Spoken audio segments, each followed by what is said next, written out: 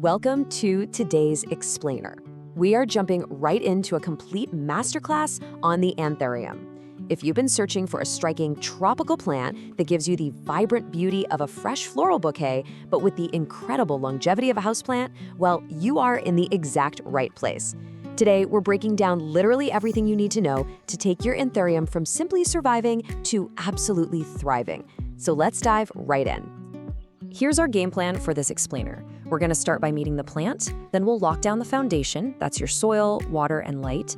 After that, we'll perfect the environment, cover some pruning and propagation, and wrap up with troubleshooting and pro tips. All right, section 1, meet the Anthurium, famously known as the Flamingo Flower.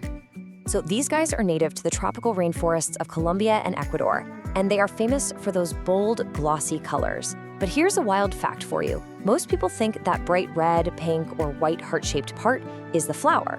It's actually not. That is a spathe. It's a modified, waxy leaf that basically just acts as a vibrant backdrop. The true flowers, they're actually those tiny little bumps covering that fleshy, finger-like spike right in the center, which is called the spadix. Now, before we go out and buy a dozen of these, we need to talk safety. This is absolutely crucial. Every single part of the Anthurium is toxic to cats, dogs, and humans if ingested. The plant contains these things called insoluble calcium oxalate crystals, and they can cause severe oral irritation, swelling, and a bunch of other really unpleasant symptoms.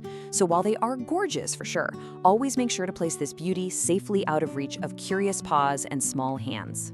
Moving on to section 2, let's build our foundation with the big 3: soil, water, and light. To really understand how to pot and water your Anthurium, you kind of have to look at how it grows in the wild. Anthuriums are naturally epiphytic. What that means is instead of growing down in deep, dense soil on the ground, they actually grow up on the branches of other trees, surrounded by loose forest debris. So the main takeaway here is that their thick roots demand oxygen.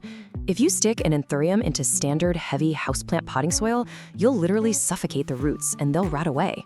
Because they're epiphytes, chunky soil is the name of the game. You need an extremely well-draining, slightly acidic aroid mix. If you want to make this yourself, which I highly recommend, you're going to mix 1 part orchid bark, 1 part perlite or pumice for that extreme drainage, and 1 part peat moss or cocoa coir to hang on to just a bit of moisture. Throw in a handful of horticultural charcoal if you've got it. This exact recipe perfectly mimics that loose, airy debris of the rainforest floor. Okay, so you've got your airy soil, but how do we water it? Think about a tropical rainstorm. They get heavily soaked, and then they dry out. You want to replicate that cycle. When you water, you want to drench the soil thoroughly until water is freely flowing out of the drainage holes, and then immediately toss any excess water in the saucer. Never let it sit in a puddle. During the spring and summer growing season, you're looking at doing this every 1 to 2 weeks. Just wait until the top 1 to 2 inches of soil feel completely dry. When fall and winter roll around, just back off the frequency as the plant's growth naturally slows down. Now, if you nail the soil and the water, you're going to have a surviving, healthy plant. But a super common frustration we see all the time is folks staring at this beautiful, bushy green plant and asking, why won't it bloom? The answer? It's almost always light. Light is the absolute trigger for blooming. Pushing out those massive, colorful spathes takes a ton of energy. You want to give your Anthurium bright, indirect light. An east-facing window with some gentle morning sun is perfect, or maybe pull it a few feet back from a south or west window. Just remember, direct, harsh sunlight is your enemy here. It will scorch and burn those gorgeous leaves. But on the flip side, without enough indirect light, your plant is just going to stubbornly refuse to flower. All right, let's jump to section 3, perfecting the environment. We're talking temperature, humidity, and feeding. Since they hail from the humid tropics, these plants absolutely crave moisture in the air. 60% is your magic number. You really want an ambient humidity level of at least 60%. If your air is too dry, you're going to start seeing brown, crispy edges ruining those beautiful, glossy leaves. You can easily hit this target by running a humidifier, setting up a simple pebble tray with water, or just keeping the plant in a naturally humid space like a bright bathroom. To truly perfect that environment, you've got to keep temperatures warm and stable, ideally hovering between 70 and 85 degrees Fahrenheit. Keep them far, far away from cold winter drafts or blasting AC vents. And to really fuel that incredible growth, feed your plant a liquid, high phosphorus fertilizer. You'll want to dilute it to about a quarter or a half strength and apply it every 4 to 6 weeks during the spring and summer. That extra phosphorus, that's the secret sauce for encouraging a steady supply of new spaves. Section 4, pruning and propagation. Basically, how to maintain the plant you have and how to make more of them. When you treat an anthurium right, the payoff is just massive. A single one of those colorful spates can last an incredible 2 to 3 months before it starts to fade. That honestly makes it one of the longest blooming houseplants you can possibly get your hands on. But, eventually all good things come to an end, and you're gonna have to do a little maintenance.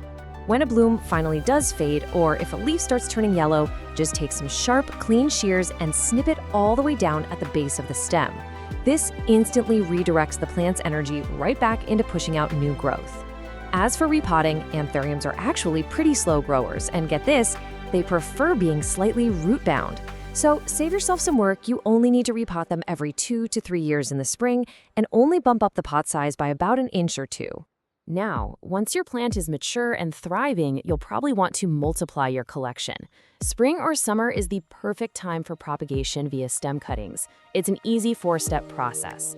First, find a section near the top of the main stem that has at least 2 leaves and a couple of those knobby little aerial roots poking out. Second, make a nice clean cut right below those aerial roots. Third, plant that cutting directly into your chunky soil mix, bearing the aerial roots to anchor it.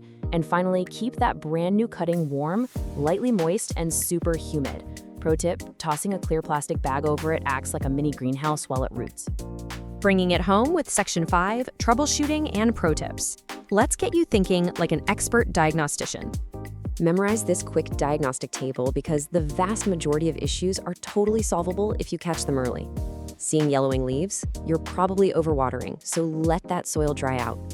Got brown, crispy edges? Your humidity is definitely too low.